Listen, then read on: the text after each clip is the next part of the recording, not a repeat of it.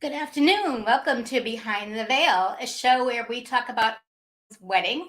Welcome to today. Today is Tuesday, September 13th. I am going to be hosting today as Keith is out of the, is a little bit dealing with something personal today. So we're going to move forward. We have a great show for you today. We're going to talk about the flower crisis and how it affects you as both client and as a planner. So I would like to bring on today, we have Braun Hansborough, the flower guy, as he is dubbed, and he's an award-winning floral and event designer. I'm going to bring on Braun, and I will ask a little some questions, and we'll move forward from here. Hi, Braun. Hi, How are hey you there, Marcy. today? I'm wonderful. So happy to be with you Great. today. Thank you for coming on today. We are so looking forward to talking with you about the crisis, as they call it. It Yes. seems like it's a never-ending saga, but we're dealing with it and we're moving forward. And we've got, I have to tell you, I've been looking at Instagram and there's Oh, just so many beautiful things that can still be done that it's just absolutely. amazing. So I wanted to find out from you, I know that you're an award-winning florist Oh, and you're also an event designer, you're an yes. educator. And how did you get into, tell me a little bit about your background. Like, how did you Yeah, decide to sure. get into this business? Absolutely. Well, I certainly wear quite a few hats, but how it all got started, well, I've always been attracted to beautiful things. I have always been creative in some form, whether it was arranging the pillows on my mom's sofa, or if I was the person, doing the place settings for dinner before I even knew what proper place settings were. I always had a knack for style. And so when I went to college, I was actually in school for education, and I became an educator and an administrator and did all of those things. But in college, I was exposed to flowers as a sheer luxury, not just the flowers that we gift, or the flowers that we receive at different times and occasions, but flowers as a true luxury. And so from that simple exposure, it kind of crafted my journey in wanting to provide fresh flowers, not only to people in my home and wanting to be a really hospitable host, but then taking it out into events. And so that's how it all got started. And believe it or not, Marcy, the story goes a little like this. I was in a department store and heard a very familiar voice on the other side of the rack. And it just so happened to be my 20-year prior prom date, who is a full-time wedding planner. And so we sparked the right, exactly. We sparked the conversation 10 years after we had graduated. And she was doing weddings and asked me what I was up to. And I had just taken my first class at the botanical garden, and she asked me did I want to do the flowers or at least meet with one of her lower flower investment clients. And so I took her up on that, and that the rest was history. So from that chance meeting, without a contract, without a formal name, without any know-how, we jumped into the flower business and have been going at it ever since. So that's the quick version of it all. That's amazing. I mean, like, you brought back something in my childhood as well. And I think a lot of people out there can probably relate is that when you're in this industry, you, as a younger self, Yes, as a younger person, we kind of gravitated towards those little fine details. little And details. it's all in the details. And I just love that you just expressed it that way because that's how I remember it as how I Yes. wanted to get It into the field. it kind of puts you in the mind frame of just it's another level of awareness that we kind of zone in on much earlier than some other folk. And I think that that's what allows us to capture those details just effortlessly, because it's a part of the fabric of who we are. And it was set in stone, and the seed was planted years and years ago, and thank God it's been watered. That's awesome. That's amazing. Yeah. So, when you say you were an educator in was Yes. it a college or a university setting or Yeah, so I actually was a public school teacher. So I taught middle school and elementary school with a focus on autism. And so for several years, I supported children with autism both in home and in the classroom, and then became an administrator in Richmond Public Schools and had even more scope of influence supporting children and teachers and parents clients that were helping children with autism. So that experience definitely benefits me on this side of things, especially in dealing with clients and being empathetic and listening and really understanding the need, as opposed to, Yes. pushing my objective, which is always beautiful flowers, but understanding what the client's objective is. So I'm glad I had that experience. Yeah, that, no, that will definitely pull in the, listening to your clients more, or Yeah, being more aware of their needs. I love that absolutely. expression. So when you're teaching or when you're doing educating now, how does that differentiate? How does it differentiate from what you did before to how you educate now? Yeah, well, thankfully I was an educator before. So, as I provide floral education, and event-based education, it was a real natural transition. So, one of the things for me is wanting everyone that I teach to understand that service for me is more important than anything else. So, one of the first things I always overemphasize through my education is, yes, we want everything to be beautiful, but before things are beautiful, there is a journey to getting to that beauty. And we want to understand what the client's needs are and how we can best serve our clients' unique needs. And so service has become the biggest proponent of my education, followed by the aesthetic. So I think that, prior times I was teaching, to a book or teaching a exact skill, but more so I'm now focused on teaching a big picture philosophy and how we can navigate our clients through a creative experience that is authentic to their needs. So that's what it looks like now. It's more tailored to the client, and getting in between the lines and sorting out the minutia of each client. And you're doing a lot of speaking engagements and such like that, I've Yeah, seen. So, yeah, and I I have also absolutely caught love you. it. Are you still doing what is it called? Clubhouse. I know Yeah, you were so on for a while. So I was on for a while. I joined the Clubhouse club, if you will, and Hmm. then over time I kind of faded with it and just kind of stuck to the main ways that my audience was following me and looking for me. And so right now, we're really big on Instagram, of course, and then taking that shift over to TikTok, because even though I have been very very TikTok cautious because I'm not naturally good at social media, like I'm like, okay, I have to embrace this thing. So we're moving into TikTok to capture that territory as well. Yeah, that's a little bit of a nut crack for me right now. I'm a Yeah. little challenged in that area, but I think like the Yes. Facebook and the Instagram for me are great. Yes. But it's, it is TikTok is I guess It's a challenge. it's the next thing that people are getting more familiar with at this point. But Yes. the millennials and the younger folk, they're a little bit more attuned to it, I think. Tell me about it. And if our couples were aging with us, some of them are, of course, but as couples continue to enter the cycle, they're younger and younger. And I'm like, I have to be Yes. where they are. And TikTok is certainly where they Yes. are. Oh, definitely. So, definitely. So, what do you feel as far as like what can you tell people as they're listening today, coming to towards the end of 2022, Mhm. moving into 2023?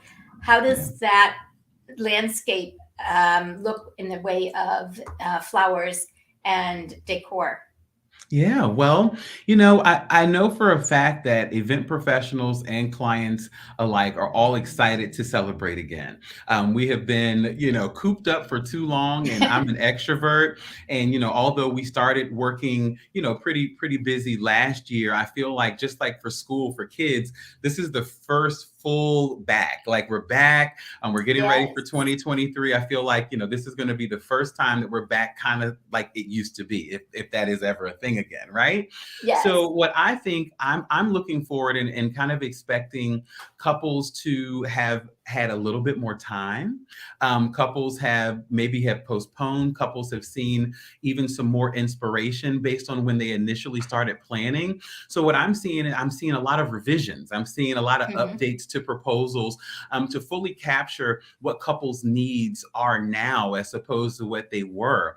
Another thing that I'm noticing is not a total shift, but a large shift towards more interior residential based design.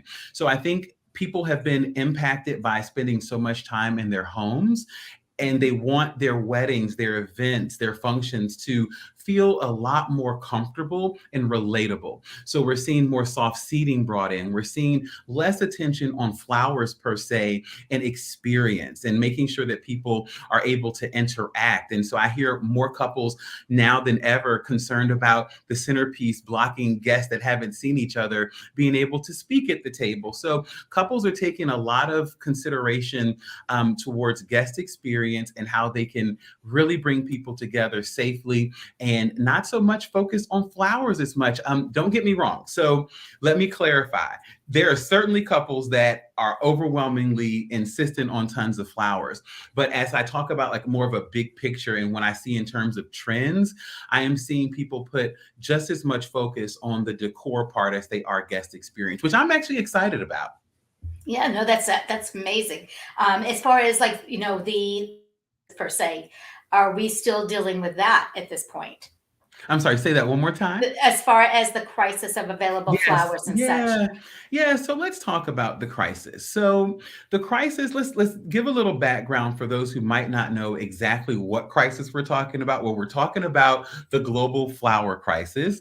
And the perspective that we're taking is like, where did it come from? How did this start? So we all know that we have survived or are surviving on the upcycle of COVID. And what COVID did is it impacted everyone, but in particularly the countries that are known the most for growing fresh flowers, in particular countries like Ecuador. So these countries are less developed than, let's say, United States, for example. So as we were impacted, only imagine how much greater the impact is to some lesser developed countries. So the demand all but ceased because events were not possible, which meant all of the flowers that were on the bushes had to be destroyed. And then because of the uncertainty of when we would recover, some farms either did not plant or planted a limited resource. And then, say, for example, human capital became challenging. Many people were falling victim to COVID and unable to work. And then we have the Great Resignation, which impacted not just the countries that are providing the flowers, but then the wholesalers and the middle people who are brokering the flowers. So every part of the supply chain for florals were interrupted. And so what that caused was drastic increases in price and lower to no availability in some cases. So what that forced us to have to do over time is we had to either revise our recipes to figure out alternatives that can create the bigger picture look without the flowers that we were anticipating using. And then in some cases, florists like me or maybe some other larger designers were able to utilize multiple resources and kind of get ahead of some of the pinches and order out like maybe an entire warehouse or maybe an entire farm of what they had. So I've been extremely fortunate that our clients have not had to face a shortage the same way some other people have, but it has been quite a challenge for some designers in some markets that have just had little to no access altogether. But that has also prompted and sparked a lot of creativity with creatives. And it's also flexed the trust in client vendor relationships where, yes, we sold you a big picture, but because of circumstances outside of everyone's control, this is where the trust with your vendor kicks in and where I'm still able to create the same vision, but just interpret it a little bit differently. So that is what happened. That is kind of how it impacted things, and a little touch on how designers have kind of tried to move the needle forward in some uncertainty. So we've got some little tweaking to do. I'm going to bring Yeah, a on little Brooke tweaking to do. Loganstoner too. Yeah, please. Come on, Brooke. I Hello, made Brooke. it. Hi. You made it. You look beautiful. Thank Yes. you. I don't Hey feel there. it. Thanks. So we're talking about the crisis of flowers today, Yes. and Oh, we're yes. talking about how it's affecting, the planners and how it's affecting the clients and so Yes. forth. And Braun, when they ship flowers here, are they sending them over via containers, or are they sending them over? Are they flying them over? Yeah, well, flowers are coming by every mode of transportation you could imagine. I'm surprised I haven't had a horse and buggy pull up to my loading dock. So typically flowers are coming. Depends. So a lot of them are coming through Miami. So a lot of the South American countries, they're sending their flowers by plane or by boat to Miami, where they're then redistributed. So my flowers are coming via truck from Miami, but depending on the farm or depending on how I've sourced, some of them are coming air freight and I pick up at the airport. Some of them are coming, directly to my back door. So there really is no limit as to how flowers are coming. I haven't seen them come on a train quite yet, but I'm sure in Europe they're on trains all day long, right? Yes. Where are you located? I'm in Richmond, Virginia. So I'm in the middle of the East Coast. So, we have, big hubs in the New York market and big hubs in the Miami market. So access to fresh flowers for me is pretty reasonable compared to some of the more remote destinations. Right. So I imagine somewhere up in like the Northwest or something might be a little bit more challenging. Just a little more challenging. Yeah. So as far as where the aesthetics are in the way of a design element, are there any certain blooms that are really super hot right now? Yeah, so I'll tell you, we've seen a lot of highs and lows, and so I'll tell you right now, white is all the trend, and white is often the hardest thing to find. So I have always been a proponent of classic timeless wedding. So a white wedding, greenery, and blush to me will never get old. Okay. A lot of folk are like, oh, when will blush go away? I'm so sorry. It'll never go away.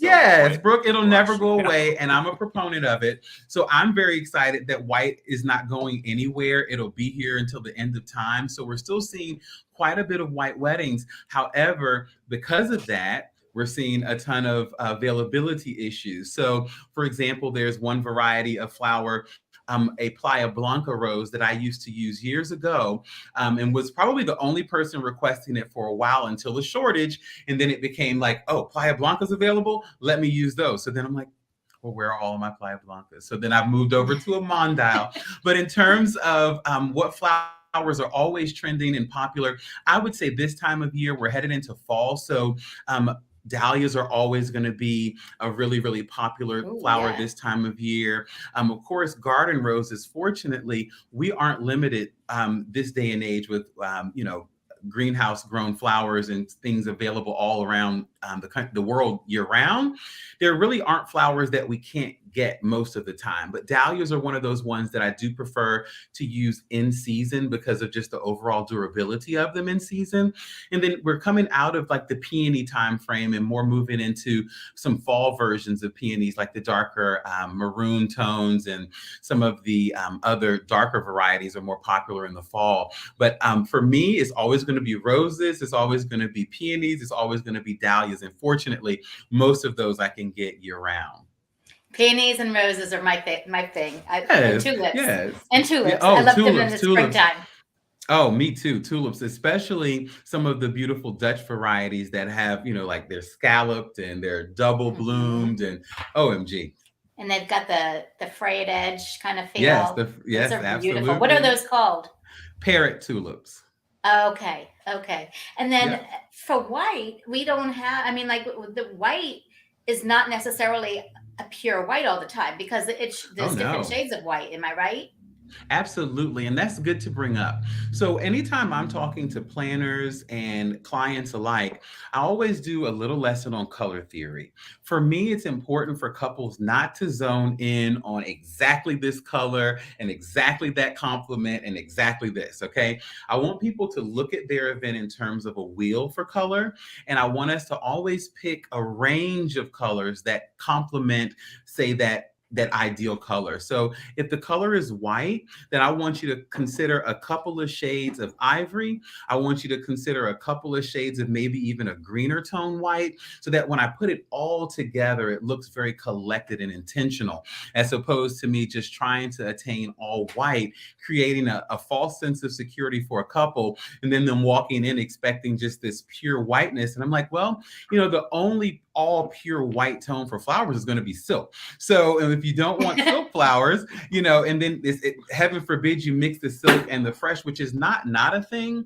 But when you think about a harsh white, not natural white, and then you mix in a natural ivory, then it's like, oh, what just happened here? So I'm always trying to merge like tones and colors so that we can achieve an intentional design color palette as opposed to something that's super contrived. So glad you called that out. Yes, we're Yeah. looking at multiple shades all the time, and I do it intentionally. I remember I would work in the hotel business, and a client would hire a florist. A florist would come in and with their colors, and sometimes they're not like No. 100% what their thought was, but yet you have to explain it to them, like Yes. it's all a matter of what what nature brings us sometimes. Yes. And and I think, for the floral vendor, it's important that we set those clear expectations. Like, yeah, you sent me inspiration. However, that flower and that inspiration, we don't know the editing that was behind that image and how that color is showing up the way it's showing up in your inspiration. And we also don't know exactly what bush or tree that plant grew on. So I can't guarantee that exact one. But we're still, again, in a comfortable wheel of colors that everyone has agreed is a safe place to stay. I imagine soil and air and whatever's in the surrounding areas also play a factor in the whole mix of it all. Absolutely. I put coffee grinds on my hydrangeas at home, and they went from blue to purple. So, Really? they're, Oh, yeah, that's absolutely. a great It idea. changes the acidity. So every growing condition is different. Is going to impact, exactly how the colors come through. But I've also gotten in the habit of ordering the same flower from different farms to get that intentional variation of maybe if it's size or if it's color, so that we can always be working from, again, that range of product. And I know that obviously the flowers play an impact coming from different countries, but do styles or influences come from other countries, or is the US more of the trendsetter and they pull off from us? I will tell you, it's very interesting how I see other cultures, other regions, other countries influencing everything. I would say, like, perhaps I might have a multicultural bride who might be from, the Middle Eastern region. That is pulling the majority of her inspiration from a Western styled wedding, but we still have to have the components that make it a multicultural wedding fit for her specific culture, his specific culture. So I do think that the West does typically tend to influence the majority of the wedding trends. However, how other countries, other cultures, other places interpret that, I have seen some of the biggest and most elaborate weddings coming out of the UAE. So I don't think that we necessarily do it the best, but I do think we all borrow inspiration from each other and then add our own cultural norms to it to make it ours. But I'd be hard pressed to say that we're like the number one or the only that's like killing the game. There are other places, and I'm looking at designers like, OMG. Who was this? Who was the client? So Right. It's super cool. It's super duper cool. But yeah, Yeah. we're all borrowing influence from each other.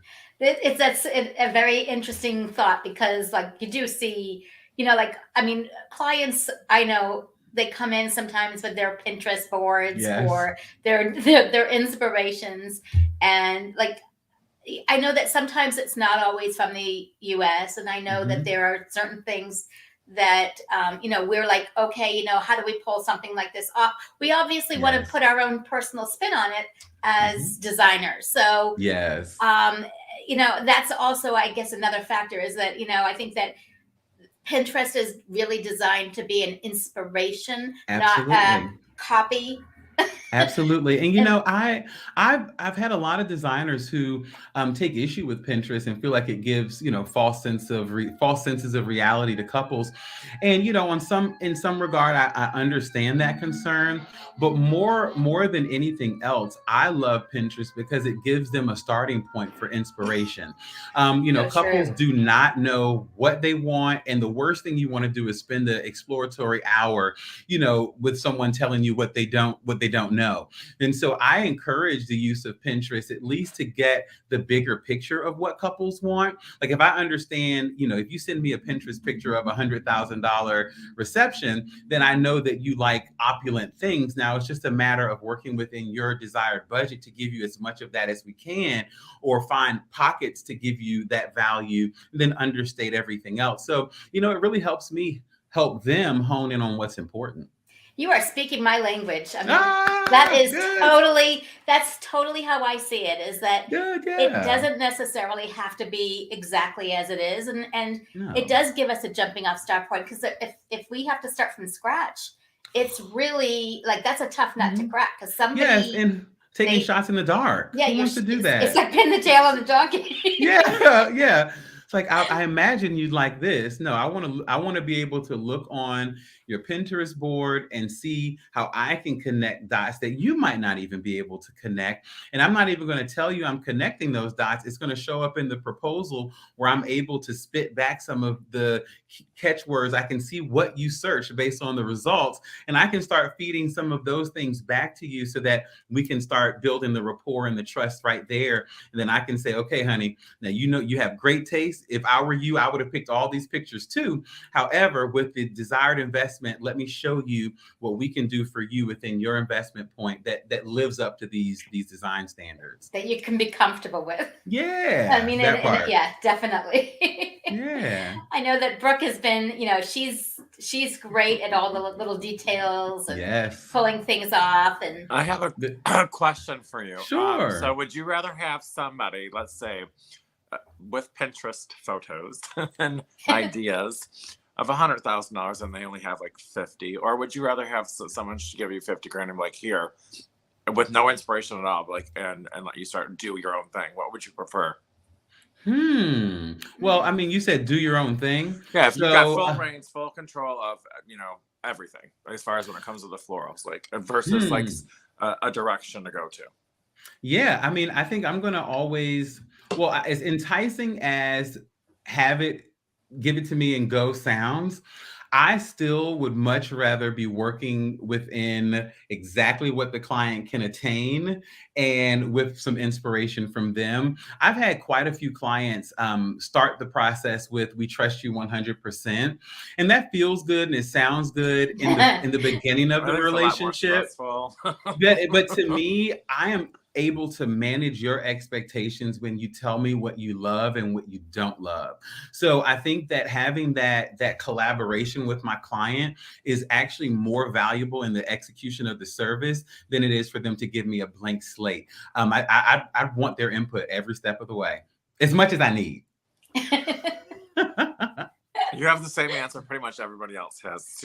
Not too many will sit there and say, I'd rather, would jump at that, because I know me and Keith had this conversation multiple times, and some, in the beginning, kind of like there's no room for error if it's just your thing, and then but the stress, I think, and the pressure is about twice as much. So. Yes, yeah. I mean, if they don't know what they want, and who wants more pressure? Right? Who wants more pressure? We have the hardest job as it is, right? Yes.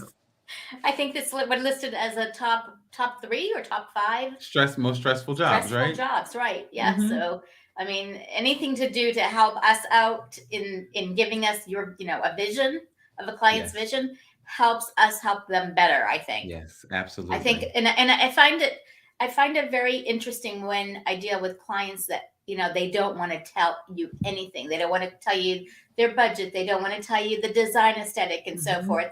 And you come up with these, questions, and they're very guarded, and it doesn't help them. No. You have to work twice as hard at that point too. You have to work twice as hard, exactly. Yeah, I'm actually in a situation very similar to that right now, with a client that we've had for almost 2 years that's been impacted drastically through COVID. She has health sensitivities and has postponed her wedding multiple times. We have been the best, most accommodating vendor, complimented by her, praised by her. Well, through the process, her third rescheduled date didn't align with the original planner. So she's brought in a new planner that has $20,000 more than where she is now worth of ideas and promises, and has built this client who is already fully This is paid for her fast. wedding. And so now we're looking at, Pardon me all while of these I joke. updates. Okay. So now she's added, all of these layers of design consideration, and the proposal has jumped through the roof, and the wedding is right around the corner. And one of the things that they're not sharing with me is, where do you want to be? Like, I know that you're a month out. I understand it because I have to produce it, but I'm not willing to continue to go to the drawing board without some help. I'm Right. not going to go from an $11,000 proposal to a $30,000 proposal and you not tell me where to fall in the middle, Right. and then you want to break down 30 days before the wedding. Like, unacceptable, not collaborative, and inappropriate. So It so is. that's where I am with it. So Yeah. so you got a little bit of anger because I have to have a call with that planner today. Like an alignment call, like, What girl, we're not gonna- timing? Yeah, girl, what we're not not gonna do is run me through the drain after I've been with this client successfully for 2 years. No, not at this Right. point. We're not gonna end like this. So share But it your is investment. hard, I say yeah. all that to say a lot of Yeah. folk are nervous about sharing investments with vendors. And I think that is based on people feeling like people will take their money and run with it. The reality is, we should not be working with anyone that we do not trust, because that trust factor, you giving me that extra, hey, Bron, I can't do 30, but I can do 15.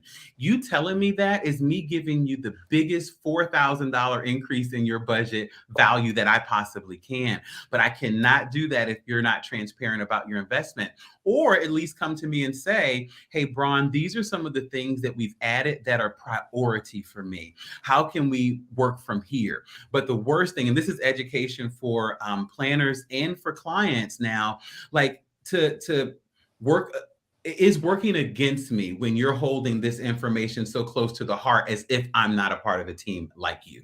So Right. just keep that in mind. We are a team, and we all need all of the information all the time. Right, because I think communication is key. I mean, we're here to help them. Yes. And if they can trust us with the information, we're going to be able to do right by them in the big scope of the picture. And when you're guarded and you're not revealing that information, and it's so much harder, we have nowhere to go. And it We're shooting in the dark, as we say. And it compromises yes. how the service feels.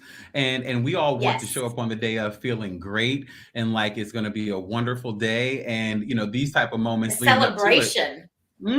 compromises how I What feel. are you planning for to begin with? That's Right. essentially the biggest part of the job is the budget for the wedding planner to keep everything Right. smooth. And I thought so. Y'all are great. So do you have any big projects coming up down the road that you would like to talk about? Or Yeah, I anything that do you've have. done in the past that you've done that you Yeah, felt like, oh my sure. goodness. Yeah, sure. So we have a few things that we're working on. So over COVID, we saw an opportunity to acquire a lighting company. And for those of you who are florists out there, you'd appreciate the fact, or even planners, everyone appreciates good lighting. And so I have been, providing beautiful arrangements for years, and was not always guaranteed that they were going to be lit appropriately and that the full value of the work would be appreciated in the space. So the opportunity came to acquire a lighting company. And so we're in the process of growing that operation and continuing to offer the same great lighting that the company already offered, but then also adding in some special effects lighting, the Dancing on Clouds feature, the cold sparklers, dance floor wrapping. So there are a lot more design elements that we're excited about layering into our current offering. And then we're also in the fall launching a rental company. So the event house will have a ton of different chair, table, bar options. So we're actually starting a brand new rental company this fall. So those are the things that we're working on. Thank you. So, building those things out and making sure that that we've covered all of our bases, and that the rolling out of the new businesses is seamless and really capturing what our market needs. So it sounds like a little bit, but it's a ton. We got a ton we're working on. Yeah.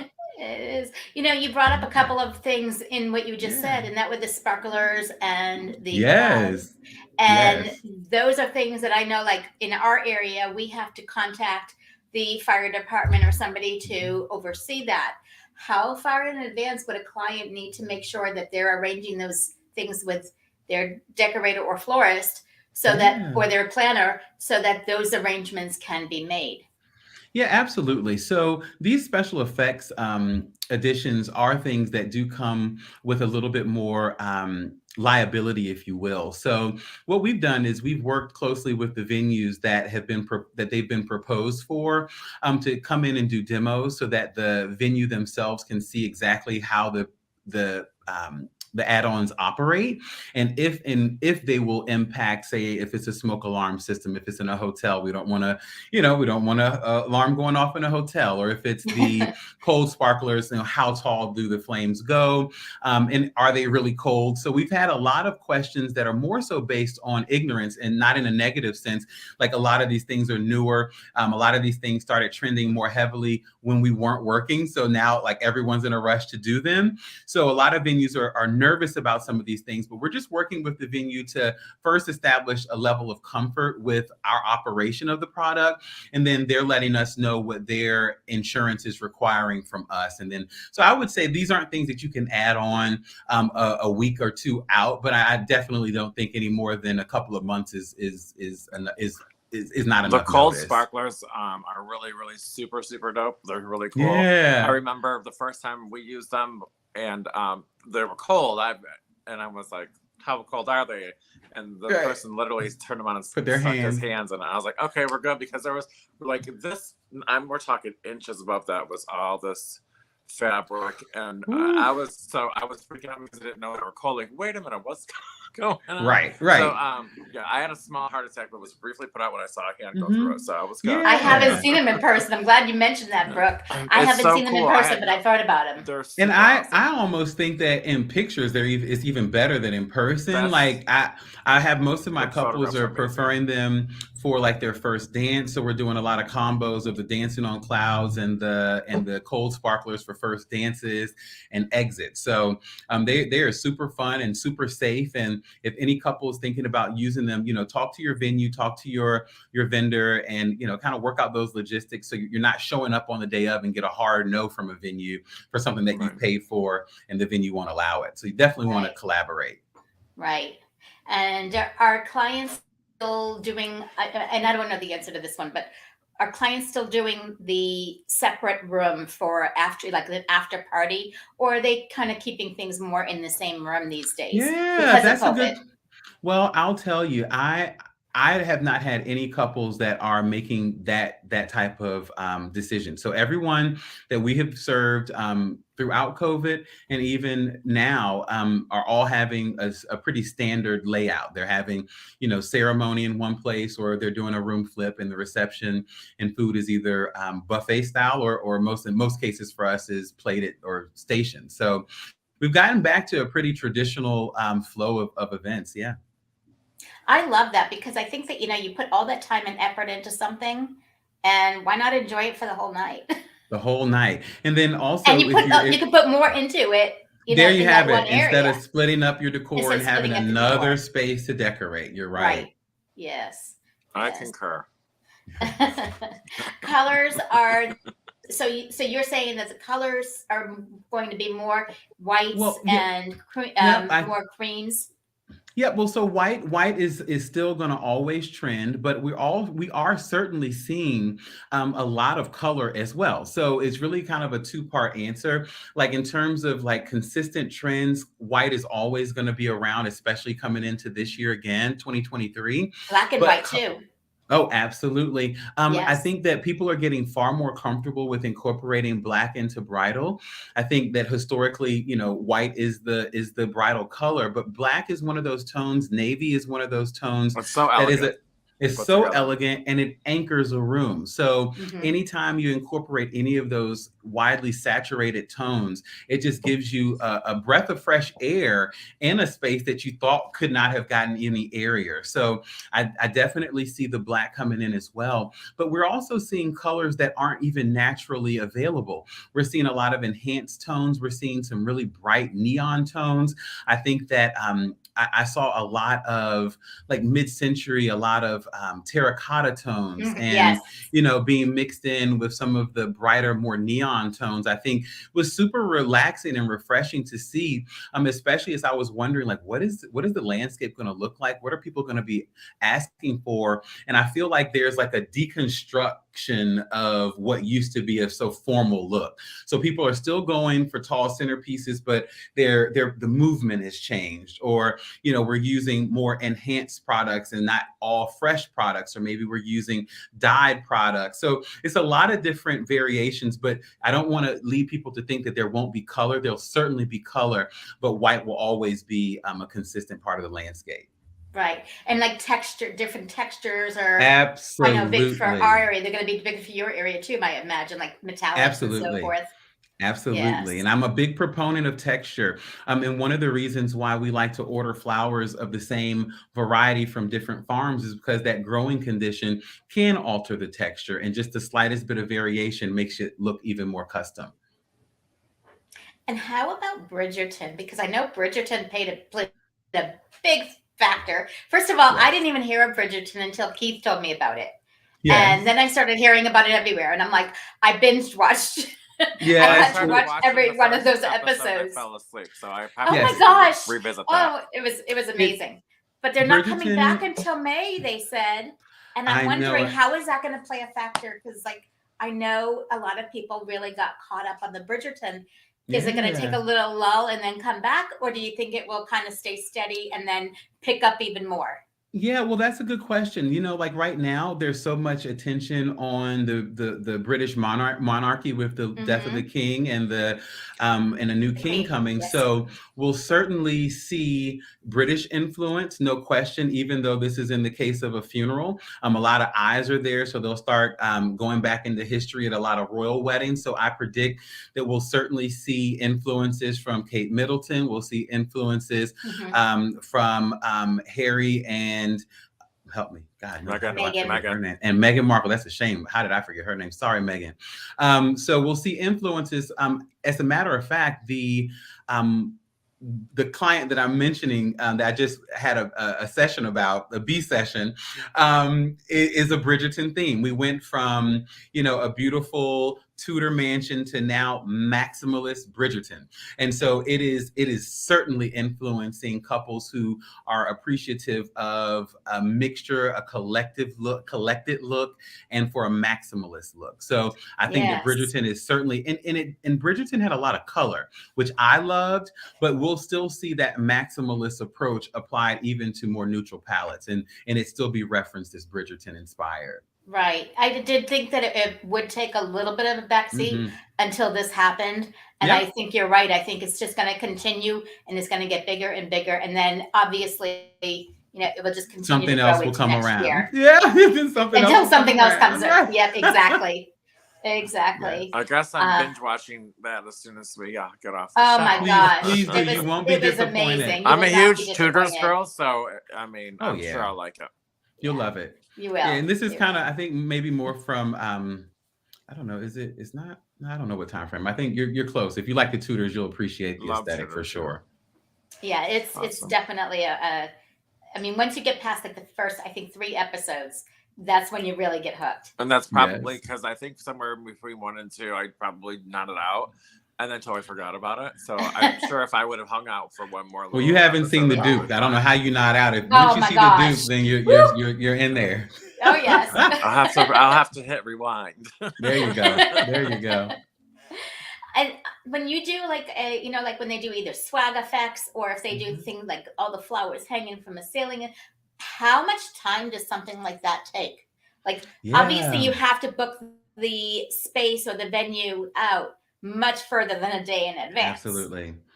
Well, that is in ideal situations. And a lot of times more often than not, we're operating in not ideal conditions. So we have done some of the most elaborate installations the day of. It is not ideal. If there's any designers listening, we know that those are situations where we have to ramp up our labor to make sure that we're able to still perform the work within the time frame. However, in any situation when you can get in early for these installations, it's incredibly helpful just in terms of managing your anxiety, helping your team work under a more appropriate schedule as opposed to having to, crack the whip. Like no one wants to work under that type of tension and pressure. These type of installations, and particularly ceiling installations, do come with quite a bit of planning and collaboration. So, once you've understood the couple's agenda, then you want to work with, if you don't have in-house rigging capability, fortunately we do with a lighting company, but you definitely want to partner with someone who is an expert at rigging so that you're not left with all of the responsibility. You want some team that's going to be responsible for hanging it and making sure it's safe. And then you want to make sure that it's pretty. And so I really want folk to be mindful that, the collaboration with other team members, whether it's a lighting company or a rigging company, the designer, all have to kind of work together in terms of the scheduling, when the piece is going up, when the piece is going to be, finally applied. And so there's just a lot of considerations, but the earlier you can get in, the better. But we all know that a lot of times we don't get those luxuries. So yes. And I imagine obviously you would need something like a scissor lift or a man lift because otherwise you're like moving that little ladder. Yeah, absolutely. When you think, and that's one thing to consider for installations for couples, when you're looking at, different inspiration for ceremony installs or reception installs, I want you to think that if I were to just go up on a single ladder and someone's handing me up one stem at a time, or even a shoulder full of stems at a time, imagine how many times I'm going to have to get down off of that ladder, adjust the position, go back up, and how much time that adds. And just, it really is not an efficient way of working, which is why we often bring in, scaffolding or a scissor lift or some form of assisted technology that will help us do the job more efficiently and faster, so that we can move on to the next thing. So that is where the cost for a lot of these installations lie, is in the mechanics of getting it installed safely and in the tools that we use to actually, add the decor to the pieces. So yeah, those scissor lifts are often needed for ceiling installations. They are not inexpensive, and so take that into consideration when we're looking at some of these looks and the application of getting them done. That's great. And what kind of, it's like a table shape. What's your favorite table shape that you like to work with? My favorite table shape. Well, I'm big. I love serpentine tables. I just love the movement. I love movement in all of my arrangements. I love movement across the table, whether it's with the way we've put flowers, the way we've added greenery and layered on different things. So for me, a serpentine table is just continuous movement. So it's almost like whatever I put on it, it's going to move because of the lines of the table. So serpentines are definitely my favorite table style.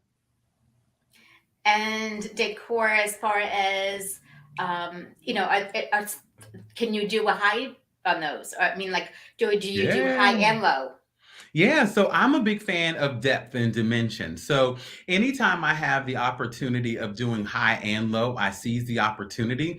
Even when my couples are insistent on all talls, I always talk them into considering another line of sight. We don't want your guests to get frozen in the middle tier, and then there's nothing here for them to see or Right. nothing there for them to see. So I'm always a big proponent of highs and lows. And then even if we have the opportunity to suspend something over the table. So on those serpentines, I'm often doing, maybe it's a tall candelabra, and then it's a tall centerpiece, or maybe it's a tall centerpiece and a lower centerpiece to kind of give me that depth and dimension across the table. I think it's just more Yeah, interesting in the room.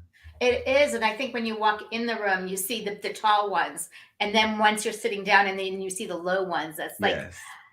like it's just brings it, makes it all cohesive. I love Absolutely. that And that's effect. the goal. That's the goal, is to create a space within a space. Absolutely. Are you seeing a lot of, I mean, chuppahs, obviously that Yeah. will occur for a Jewish wedding. when are you still seeing like a lot of arbors and things like that Absolutely. for others? Are you? Yeah. Absolutely. Okay. Yeah, absolutely we are. And, I am one of those designers who always want our couples to focus their attention on the main event. Now, a lot of folk decide for themselves that the main event is the reception. And I understand that because so many different design considerations are made for the reception.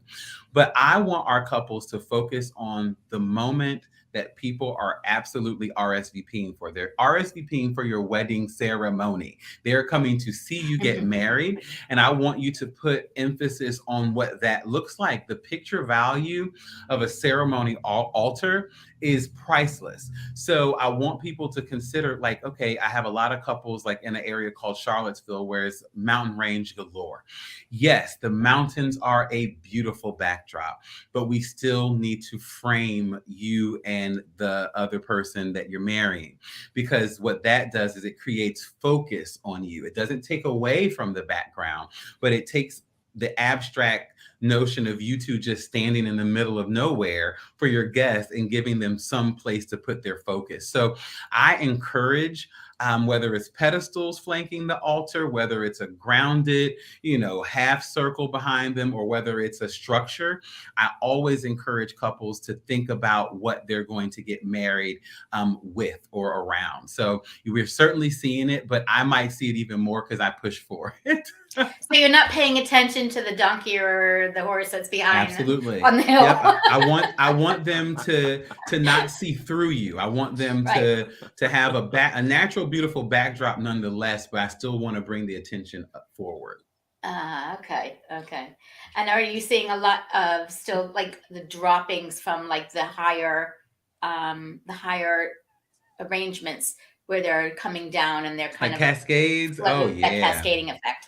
Oh, absolutely. Yeah. Cascades are just as popular now. But I will say even more popular for Cascades are the cascading bouquets. I have a girlfriend who just showed me a bouquet she did this past weekend. It was an entirely all cascading bouquet and every single stem was wired. But that also is taking influence from more of a European style of bouquet designing, and particularly royal influences. So the cascade bouquet is certainly important, is definitely on the rise in terms of requests, but we definitely are seeing couples wanting that finished look of a drip or a melt or a cascade, if you will. Very interesting. Yeah, I like that. I think that, I think Diana and Prince Harry, Prince William, Charles. I think they're I think that listen. I think it's okay if we get a little tongue tied with another country's culture. It's okay. Look, I'm gonna give myself all the grace. It's like, okay. But I do think that we see a lot of the influences coming back in, and I love the fact that we are taking those cues, because it's just something new. It's something refreshing that we haven't seen in a while. So everything is cyclical, what's old is new. Absolutely. and it just keeps on going around, but it keeps on with going with a little bit of a modern flair sometimes. And it's just an interesting effect. Yeah, absolutely. Yes. So you also have a podcast, I understand.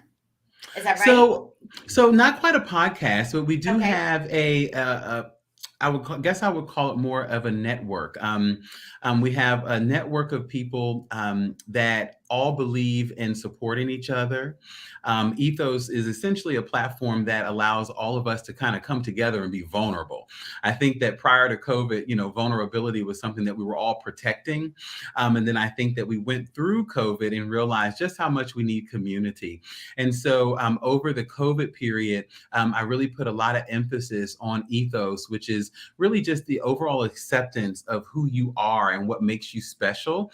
It's the reason why people hire you. It's the reason why people want to work with you. It's the reason why we're here together and in such, a good vibe, so I think that, over COVID more than ever, we needed something to relate to that normed us. And so Ethos stood as that. And I think that the impact of it, as we've kind of cycled through COVID and are on the outskirts of it, I see that we're a lot more collaborative. Like Ethos took off like wildfire in the middle of COVID and almost went viral in the event community.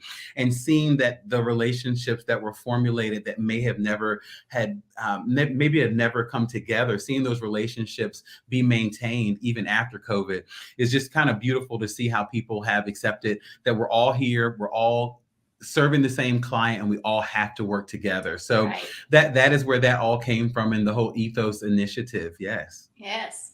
And what other, I mean, like, where do you find that you work the most with? Do you work mostly with the wedding planner, or do you feel that that you work with the hotels, or like, what is your Yeah. major Yeah. So hit? I'll give you a little, like, okay, a little bit of a, I guess, a touch point. So we have a ton of inquiries that come directly through social media and through our website. And of course, direct emails and whatnot. But then we also have a rather large book of our business that is coming directly through planner referrals as well as venue referrals. So in the event that there's a planner, overwhelmingly the booking rate is going to be much higher because, typically these are people that we've worked with and that they've gotten the client very excited about their experience with us. So we have a great network of planners that keep us very, very busy. But second to planners is definitely venues. And one of the ways that we've sparked the interest of venues and continue to remain first in mind with venues is that we also have a subsidiary brand called Pastel Posies by the Flower Guy Braun. And what that is a cash and carry, more economical line that we offer to venues to white label as flowers provided by the venue. So we've added the value to the venue in that they can now offer fresh flowers for, small corporate things or clients that don't need all of the service. However, because we're bringing that value to them, when they have a client that needs something more than what Pastel Posies by the Flower Guy Braun can accommodate, then of course we're an easy referral for a higher touch need. So clients are finding us again through planners, venues, but then we've also figured out some ways to get the referral without even having to ask for it. That is wonderful. So the Ethos for professionals, and then obviously you've discussed how your referral and how your business is brought about. And Yeah. I see that as far as where people can find you, let's talk about that. Yeah, So they can find absolutely. you at People can find me a few different places. I think one of the first places you'll see actually scrolling at the bottom of your screen is you can find us at our website, theflowerguybraun.com. And I'm excited about a brand new rebranded website coming at the first of the year. So that's very exciting. Then, of course, you can find us on Instagram at the handle #theflowerguybraun, where we often have new reels and new posts to keep you up to date on what we're actively working on. And then you can also find us at Leap Lighting and Design and BK Park Flowers and Gifts, which is our retail bricks and mortar flower and gift store. So no shortage of places to find us. And I certainly hope that you choose one of them or all of them to stay abreast on what we have going on. Where is your brick and mortar store?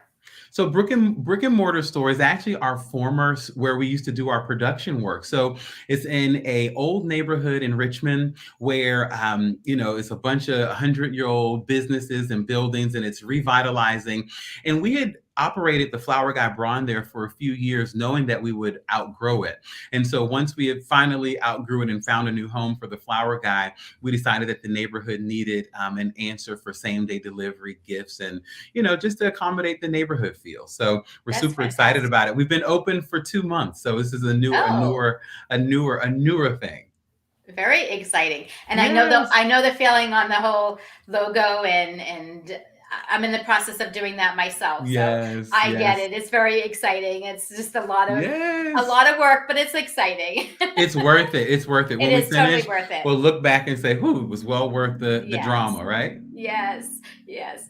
So, Braun, thank you so much for coming on Oh, today. Marcy, it's You a were such a pleasure. pleasure. I mean, Thank you. I think our clients, our guests were filled with so much inspiration and Hopefully. much Thank Oh, you. yes, information, and I definitely. really appreciate it. I think, and Brooke, thank you again for coming on Yeah. today. No problem. You are amazing. I love Yes. working with you, and I think today's going to be a great day for everybody. I Absolutely. Yes. wanted to just Thank you all. And we will see you next week at 2 p.m. Eastern Daylight Time is still daylight time. I have to remember that. Right. We have another month, I think, a little month and a half maybe, and then we go back. But for now, say goodbye, everybody. We'll see you next week. Goodbye. Bye. Bye. Stay on.